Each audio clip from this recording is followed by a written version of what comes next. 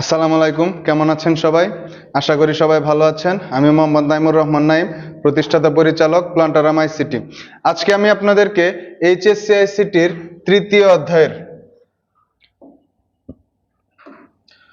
তৃতীয় অধ্যায়ের সংখ্যা পদ্ধতির আবিষ্কারের ইতিহাস সম্পর্কে ধারণা দেওয়ার চেষ্টা করব। আমাদের মূলত প্রত্যেক বছরই এই বছরও প্রত্যেক বোর্ডেই 2টা করে 3টা করে এই অধ্যায় থেকে প্রশ্ন আসছে। মানে এই একটুক টপিকের মধ্যে ইতিহাসের যে টপিকটা আছে এই টপিকটা থেকে 2টা করে 3টা করে প্রশ্ন আসতে আছে এমসিকিউ আকারে।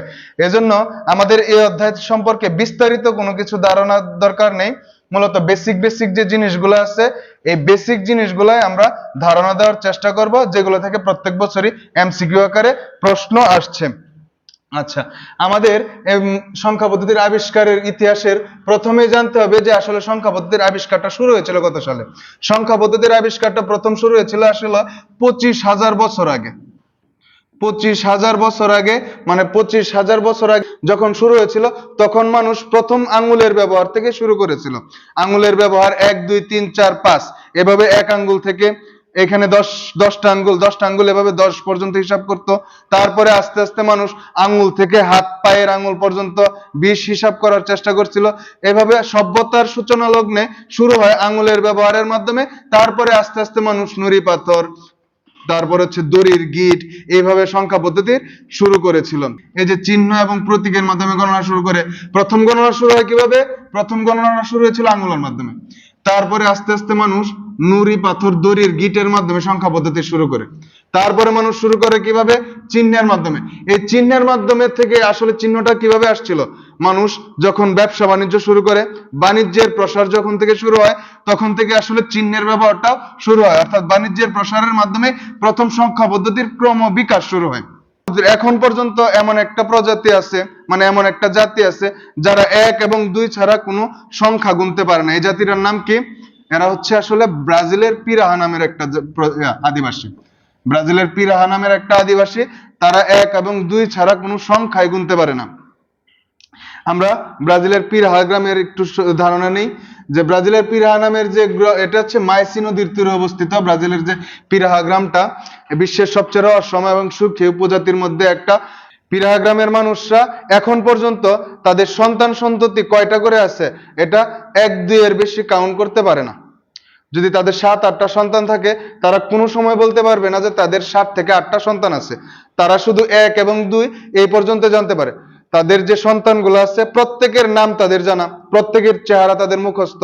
তারা দেখলে বলতে পারবে যে এটা তাদের সন্তান, কিন্তু কতজন সন্তান আছে এই সন্তানটা তারা বলে কাউন্ট করে জানাতে পারবে না কাউকে। আচ্ছা, তাদের যে উপজাতি একটা পিরাহা বাস করত, তাদের কাছে সময় কেবল একটা ফাঁকা শব্দ। তারা শুধু বর্তমান কাল সম্পর্কে ধারণা রাখতে পারে, অতীত ভবিষ্যৎ এইগুলো সম্পর্কে তাদের কোনো ধারণা নাই। আচ্ছা, এই উপজাতি সম্পর্কে জিজ্ঞাসা করা হলে তারা কেবল উত্তর দেয় সবকিছু একই এবং জিনিসগুলো সর্বদা একই। এইভাবেই এখন পর্যন্ত ব্রাজিলের পিরাহা গ্রামের আদিবাসীরা বসবাস করে চলছে কোনো সংখ্যা পদ্ধতি ছাড়া 1 এবং 2 গণনার মাধ্যমে। প্রথম যে সংখ্যা পদ্ধতির আবিষ্কার শুরু হয়, এই সংখ্যা পদ্ধতির আবিষ্কারের আমাদের সর্বপ্রথমেই জানতে হবে মিশরীয় সভ্যতা সম্পর্কে। মিশরীয় সভ্যতা মূলত কত সাল থেকে শুরু হয়? 3100 সাল থেকে এই সংখ্যা পদ্ধতির প্রচলন শুরু হয়েছিল। মিশরীয় সংখ্যা পদ্ধতি, মিশরীয় সংখ্যা পদ্ধতিতে প্রথম যে সংখ্যা পদ্ধতিটা ছিল সেটা ছিল হায়ারোগ্লিফিক সংখ্যা পদ্ধতি।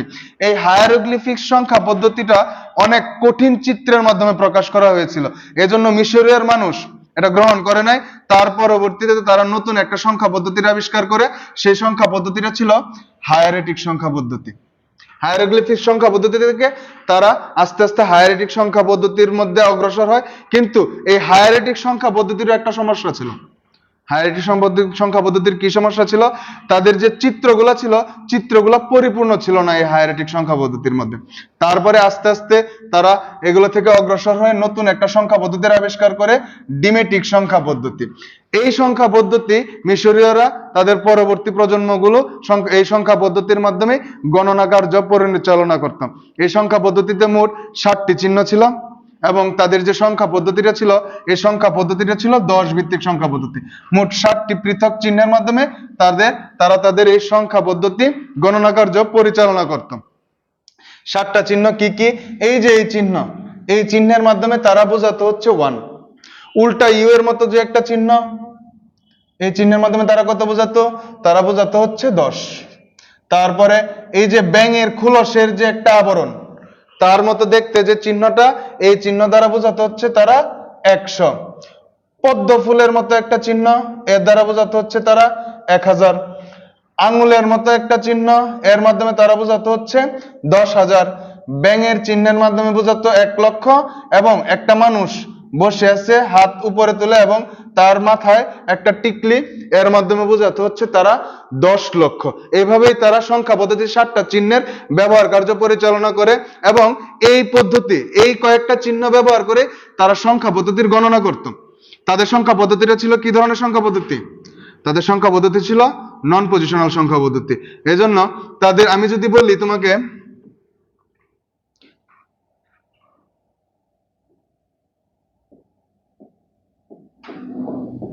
এইখানে কত, মানে ডিমেটিক সংখ্যা পদ্ধতিতে এখানে মান কত, আমাদের বর্তমান সংখ্যা পদ্ধতির মান কত, তাহলে যেহেতু এটা নন পজিশনাল সংখ্যা পদ্ধতি, আমরা জানি যে তার অবস্থানে মানের কোনো পরিবর্তন নাই। তাহলে এখানে এই চিহ্নের মাধ্যমে আমরা কত জানি? এই চিহ্নের মাধ্যমে জানি হচ্ছে 100। তাহলে কত, কয়টা আছে? 4টা, 400 প্লাস এইখানে আছে কয়টা?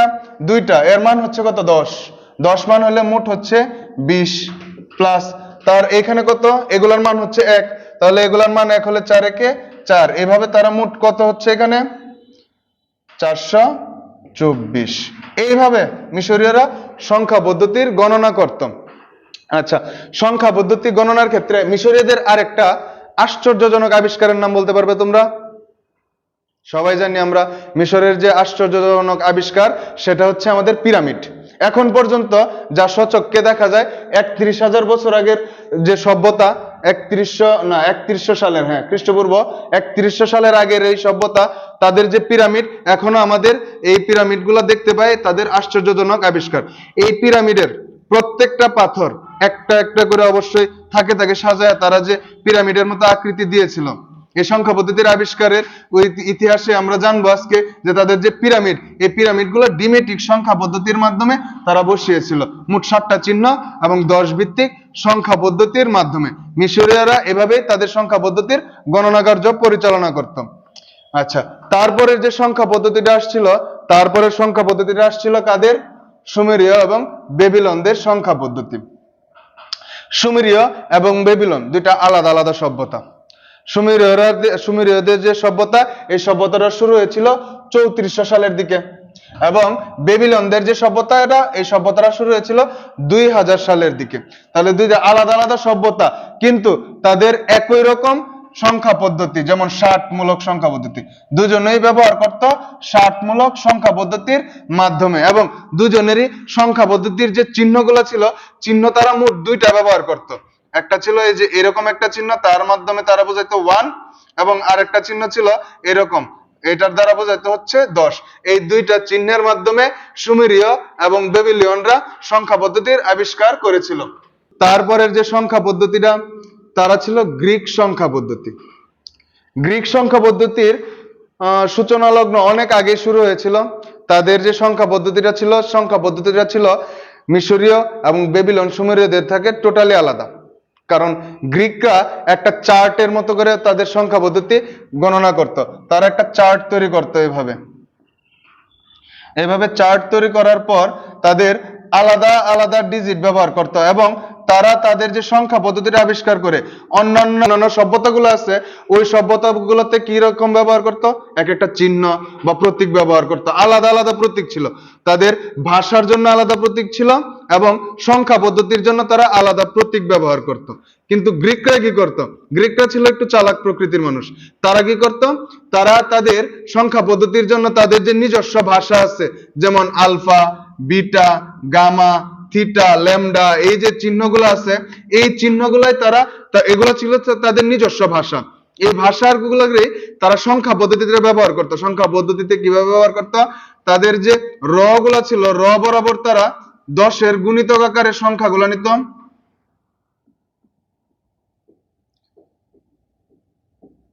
এবং কলাম বরাবর তারা নিত 1-এর গুণিতক আকারে। তারপরে তাদের ইচ্ছা মতো যে কোনো একটা মান দিয়ে দিত, নির্দিষ্ট করা আছে অবশ্যই, যেমন আলফা, বিটা, তারপরে হচ্ছে গামা, এখানে ধরলাম হচ্ছে থিটা, এখানে ধরলাম হচ্ছে আরো পাই, ল্যামডা, এগুলা মান আমি ধরে নিলাম যে এখানে এক একটা, কিন্তু তাদের নিজস্ব নির্দিষ্ট করা মান আছে। আমি যদি বলি যে এখানে আলফার মান কত, আলফার মান কত, তাহলে আমরা যদি এই একের সাথে এই এক গুণ করি, এক একে এক, তাহলে আলফার মান হচ্ছে এক। আমি যদি বলি ল্যামডার মান কত, এখানে 3 এর সাথে কোন ঘরে আছে, এই যে থার্ড রতে এবং ফার্স্ট কলামে, তাহলে 3 একে 3, মান হচ্ছে কত 3। এখন যদি বলি থিটার মান কত, এখানে সে কত নাম্বার রতে আছে, 4 নাম্বার রতে আছে, এবং কলাম কততে আছে, সেকেন্ড কলামে। সেকেন্ড কলামে আমরা গুণিতক হিসেবে জানি যে 10, 4 10 40। এখানে পায়ের মান কত দেওয়া আছে, পায়ের মান 100, তাহলে 4 100 400। এইভাবে তারা সংখ্যা পদ্ধতির জন্য আলাদা চার্ট তৈরি করে আলাদা আলাদা মান নিয়ে সংখ্যা পদ্ধতি বুদ্ধিদীপ্ত আকারে সংখ্যা পদ্ধতিগুলো আবিষ্কার করছিল গ্রিকরা। গ্রিকদের যে সংখ্যা পদ্ধতি, তারাও শূন্যের ব্যবহার জানতো না, এবং তারা তাদের নিজস্ব ভাষা ব্যবহার করে গ্রিক বর্ণমালা অক্ষরের সাহায্যে তারা আসলে এই সংখ্যা পদ্ধতির আবিষ্কার করেছিল। আমাদের গ্রিক সভ্যতায় একটু ধারণা থাকলেই চলবে। আর আরেকটু ধারণা আমাদেরকে নিতে হবে যে আলফা, বিটা, গামা, থিটা যে পরিচিত মানগুলো আছে, পরিচিত সংখ্যাগুলো আছে, এই সংখ্যাগুলোর মানগুলো মুখস্থ করে নেওয়ার চেষ্টা করবে। গ্রিকদের পরে যে সংখ্যা পদ্ধতিটা আসছে, এটা ছিল আমাদের রোমানদের সংখ্যা পদ্ধতি, একমাত্র সংখ্যা পদ্ধতি যে সংখ্যা পদ্ধতি এখন পর্যন্ত এখনকার মানুষরা, মানে আমরা এখনো ব্যবহার করছি, এই রোমান সংখ্যা পদ্ধতি। যেমন এই যে এরকম সংখ্যা পদ্ধতিগুলা, এই সংখ্যা পদ্ধতিগুলা এখনো আমরা বিভিন্ন ধরনের স্টেপ তৈরি করতে গেলে, বিভিন্ন ধরনের অক্ষরে যে স্টেপ বাই স্টেপ লিখতে যায়, আমরা ব্যবহার করে থাকি। রোমানদের যে সংখ্যা পদ্ধতি, তারাও শূন্যের ব্যবহার জানতো না, তারাও শূন্যের ব্যবহার এখান থেকে শুরু করেনি। রোমানদের যে হরফ এবং রোমান হরফ বর্তমান সময় পর্যন্ত এখনো সুপরিচিত। আধুনিক ব্যবহারে 60টি প্রতীক ব্যবহার করে তারা 60টি প্রতীক ব্যবহার করা হয়, এবং যাদের প্রত্যেকটি একটি নির্দিষ্ট পূর্ণ সংখ্যার মান। রোমানদের যে সংখ্যা পদ্ধতি, এটা 60টি চিহ্নের মাধ্যমে ব্যবহার করা হয়ে থাকে। আর রোমানদের যে সংখ্যা পদ্ধতির ক্ষেত্রে বৃহত্তম অঙ্কের আগে তার চেয়ে কোনো অঙ্ক ছোট অঙ্ক বসালে তার মুঠ থেকে বিয়োগ করা হয়। আচ্ছা, এই যে এরকম আই চিহ্ন দ্বারা তারা বোঝাইতো 1, ভি চিহ্ন দ্বারা তারা বোঝাতো 5, এক্স চিহ্ন দ্বারা বোঝাতো 10, এল এর মান হচ্ছে 50, সি এর মান 100, ডি এর মান 500 এবং এম এর মান কত 1000। এখন রোমানরা কি বলছে, এই সংখ্যা পদ্ধতির আর একটা লাইন আমি যে মাত্র যে বললাম, যে পদ্ধতির ক্ষেত্রে বৃহত্তম অঙ্কের আগে তার চেয়ে যে কোনো একটি ছোট অঙ্ক বসালে তার মুঠ থেকে বিয়োগ করা হয়। আচ্ছা, এভাবে 1, এটার মান 1, 2, 3, 4 আমরা কিভাবে লিখবো, আমরা জানি যে a এর মান হচ্ছে 5, তার আগে যদি আমরা এই 1টা বসায় দেই, তার মানে কত 5 - 1 = 4। এই যে এই লাইনটা দ্বারা এটাই বোঝানো হয়েছে। যদি আমরা 9 লিখতে যাই, x এর মান জানি আমরা 10, তার আগে যদি আমি একটা i দিয়ে দেই, এর মানে হচ্ছে কত 10 - 1 মানে 9। এইভাবে তারা সংখ্যা পদ্ধতিগুলো পরিচালনা করছে। এখন যদি আমরা এর আগে 2 দিয়ে দিই, তাহলে কি 2 বিয়োগ করব না, 2 বিয়োগ করব না, আমরা সর্বোচ্চ 1ই বিয়োগ করতে পারবো। এভাবে 1 বিয়োগ করার মাধ্যমে তাদের সংখ্যা পদ্ধতিগুলো তারা অগ্রসর করে নিয়ে গেছিল। এই রোমান সংখ্যা পদ্ধতিতেও শূন্যের ব্যবহার শুরু হয় নাই। এই যে শূন্যের ব্যবহার বা এতে জিরো বা শূন্যের ব্যবহার নাই, তারা শূন্যের ব্যবহার তখনও শুরু করে নাই। শূন্যের ব্যবহার শুরু করছিল কারা, শূন্যের ব্যবহার শুরু করছিল মায়ানরা, কিন্তু মায়ানরা ওইভাবে অগ্রসর হইতে পারে নাই। আচ্ছা, এই যে মায়ান সংখ্যা পদ্ধতি, প্রথম যারা শূন্য আবিষ্কার করছিল, কিন্তু শূন্যরে তারা খাতা কলমে ব্যবহার করতে পারে নাই, অর্থাৎ প্রায়োগিক অর্থে কোনো সময় ব্যবহার করে নাই। তারা একটা নির্দিষ্ট চিহ্ন দিয়ে দিছিল, এই যে এরকম একটা সেল চিহ্ন, এই যে এরকম একটা সেল চিহ্ন দ্বারা তারা বুঝাইছিল শূন্য, কিন্তু শূন্যকে তারা কোনো সময় ব্যবহার করে নাই। এই সভ্যতার সূত্রপাত কত সালে শুরু হয়, প্রায় 2000 সালের দিকে মায়ান সভ্যতার সংখ্যা পদ্ধতি শুরু হয়, এবং তাদের যে সংখ্যা পদ্ধতিটা ছিল, এই সংখ্যা পদ্ধতির নাম ছিল ভিজেজিমাল সংখ্যা পদ্ধতি, অর্থাৎ 20 ভিত্তিক সংখ্যা পদ্ধতি। মায়ান সংখ্যা পদ্ধতি ছিল ভিজেজিমাল সংখ্যা পদ্ধতি এবং 20 ভিত্তিক সংখ্যা পদ্ধতি। 0 1 5 এই তিনটা অক্ষর তারা ব্যবহার করছিল। কিন্তু শূন্যের ব্যবহার প্রায়োগিক অর্থে ব্যবহার করা নাই। 1 এবং 5, যেমন এই যে এরকম ফুটার দ্বারা তারা বোঝাইতো 1 এবং একটা বার চিহ্নের মাধ্যমে তারা বোঝাইতো হচ্ছে 5। এই দুইটা চিহ্নই প্রত্যেক ইয়াতে সংখ্যা পদ্ধতিতে তারা ব্যবহার করত। একটার সাথে যদি আমি আরো কয়েকটা ফুটা দিয়ে দেই, এর মাধ্যমে তারা বোঝাইতো 4, 4 এর পরে 5 দেওয়ার জন্য তারা এভাবে বার চিহ্ন ব্যবহার করত। আমি যদি বলি এখন এইখানে মান কত দেওয়া আছে, এখানে কত মান দেওয়া আছে, 4 5 20, 20 আর হচ্ছে 3 23, মোট দেওয়া আছে তাদের 23। এইভাবে অনেকগুলা বার এবং অনেকগুলা ফুটা একত্রে ব্যবহার করে মায়ানরা তাদের সংখ্যা পদ্ধতিগুলা গণনা করত। এভাবেই মায়ানরা তাদের সংখ্যা পদ্ধতি ব্যবহার করে। তাদের সংখ্যা পদ্ধতি কত ভিত্তিক ছিল, 20 ভিত্তিক সংখ্যা পদ্ধতি। এবং তাদের যে সংখ্যা পদ্ধতিটা ছিল এটার নাম ছিল কি, ভিজেজিমাল সংখ্যা পদ্ধতি। এবং তারা শূন্যের ব্যবহার প্রথম শুরু করেছিল, কিন্তু আলাদাভাবে প্রায়োগিক অর্থে ব্যবহার করে না। এটুক তথ্য আমাদের মায়ান সংখ্যা পদ্ধতিতে জানলেই চলবে। তারপরে যে সংখ্যা পদ্ধতিটা আসছে এটা ছিল আমাদের আধুনিক সংখ্যা পদ্ধতি। খ্রিস্টপূর্ব 600 অব্দের দিকে প্রথম যে সংখ্যা পদ্ধতিটা, খ্রিস্টপূর্ব নয়তো খ্রিস্টাব্দ 600 অব্দে, খ্রিস্টাব্দ 600 অব্দে কে সংখ্যা পদ্ধতিটা করছিল, মানে শূন্যের ব্যবহার শুরু করছিল। শূন্যের ব্যবহার শুরু করছিল একটা ভারতীয় গণিতবিদ আর্যভট্ট। এই যে আনুমানিক 600 অব্দে খ্রিস্টাব্দে প্রথম ভারতীয় গণিতবিদ আর্যভট্ট উদ্ভাবন করেছিল। এবং বর্তমানে আমরা যে সংখ্যা পদ্ধতি লিখি সেটা প্রাচীন ভারতীয় এবং আরবদের অবদান। শূন্যকে সংখ্যা হিসেবে সকল গাণিতিক প্রক্রিয়ায় ব্যবহার করার আনুমানিক 600 খ্রিস্টাব্দে সর্বপ্রথম ভারতীয় গণিতবিদ আর্যভট্ট এটা উদ্ভাবন করছিল। মানে শূন্যের আবিষ্কার শুরু হয়েছিল কত সালে, 600 খ্রিস্টাব্দে। এবং কে আবিষ্কার করছিল, ভারতীয় গণিতবিদ আর্যভট্ট শূন্যের আবিষ্কার করেন। শূন্য থেকে 9 পর্যন্ত যে প্রতীকগুলা, এগুলো হিন্দু আরবরা নিউমেরালস বলা হতো। হিন্দু আরবরা কি বলতো, নিউমেরালস। এবং আরবিতে শূন্যকে বলা হতো কি, সিফর। আরবিতে শূন্যকে বলা হতো সিফর। এবং সিফরকে ইতালিয়ানরা ল্যাটিন ভাষায় বলতো জেপিরো। আর ল্যাটিন জেপিরো থেকে এসেছিল ইংরেজি জিরো শব্দটি। আমাদের এই প্রত্যেকটা জিনিস, এই যে সিফর, জেফিরো, জিরো, নিউমেরালস, এই শব্দগুলো আমাদের ধারণা থাকতে হবে, কারণ এই শব্দগুলো থেকেই প্রত্যেক বছর এমসিকিউ আসতেছে এবং ভবিষ্যতেও আসবে। এবং ইংরেজিতে সর্বপ্রথম জিরো শব্দটি ব্যবহার করা হয় 1598 সালে। এই সালটাও মনে রাখতে হবে। আমরা দেখি যে এই যে সিম্বল গুলো আছে, এটা হচ্ছে আমরা ইংরেজিতে ব্যবহার করে থাকি। ব্রাহ্মীতে আমাদের এরকম চিহ্ন ব্যবহার করা হতো। তারপরে হচ্ছে দেবনাগরীতে এই যে এরকম চিহ্ন ব্যবহার করা হতো। বিভিন্ন ভাষায় আসতে তামিল, তারপরে হচ্ছে বাংলা, এভাবে বিভিন্ন চিহ্নের মাধ্যমে। চিহ্ন ছিল মোট 10টা, 0 থেকে 9 পর্যন্ত। এই চিহ্নগুলা আস্তে আস্তে ব্রাহ্মী লিপি এবং খরুষ্টি লিপিতে পরিবর্তন হয়ে আমরা এরকম চিহ্ন পাইছি। এক একজনে এক এক ভাবে ব্যবহার করত, কিন্তু তাদের মান ছিল একই রকম। এভাবে আমাদের সংখ্যা পদ্ধতির আবিষ্কার শুরু হয়। প্রথম শুরু করছিল কারা, প্রথম শুরু করছিল মিশরীয়রা। তারপরে আস্তে আস্তে কারা কারা আসলো, গ্রিকরা চলে আসলো। গ্রিকের পরে হচ্ছে বেবিলন, সুমেরীয়রা। তারপরে আসছে রোমানরা, রোমানদের পর হচ্ছে মায়ানরা। এভাবে আস্তে আস্তে আধুনিক সভ্যতার শুরু হয়। এইভাবে আমরা সংখ্যা পদ্ধতিগুলা আবিষ্কার থেকে একবারে শুরু থেকে এখন পর্যন্ত পেয়ে গেছি। আমাদের এই কয়েকটা টপিক সম্পর্কে মোটামুটি ধারণা থাকলে চলবে। সবগুলা টপিক নিয়ে আমাদের পড়াশোনা করার দরকার নাই, কারণ এখান থেকে আমাদের সিকিউ প্রশ্ন আসার মতো কোনো সম্ভাবনা নেই। এখান থেকে মোটামুটি এমসিকিউ টাইপ প্রশ্নগুলাই আসে বেশি। তাই আমরা সাল, তারপরে হচ্ছে কত ভিত্তিক সংখ্যা পদ্ধতি, তারপরে হচ্ছে কিভাবে এগুলা সংখ্যা পদ্ধতিগুলো আসছে, কত সালে শুরু হয়ে গেছিল, এই সব জিনিসগুলা মূল মূল টপিকগুলা আমরা ধারণা নিব। বাড়তি কোনো ধারণা নেওয়ার দরকার নাই। সংখ্যা পদ্ধতির আবিষ্কার সম্পর্কে যতটুকু পড়াইছি মোটামুটি এটুক সম্পর্কে আমাদের ধারণা থাকলেই চলবে।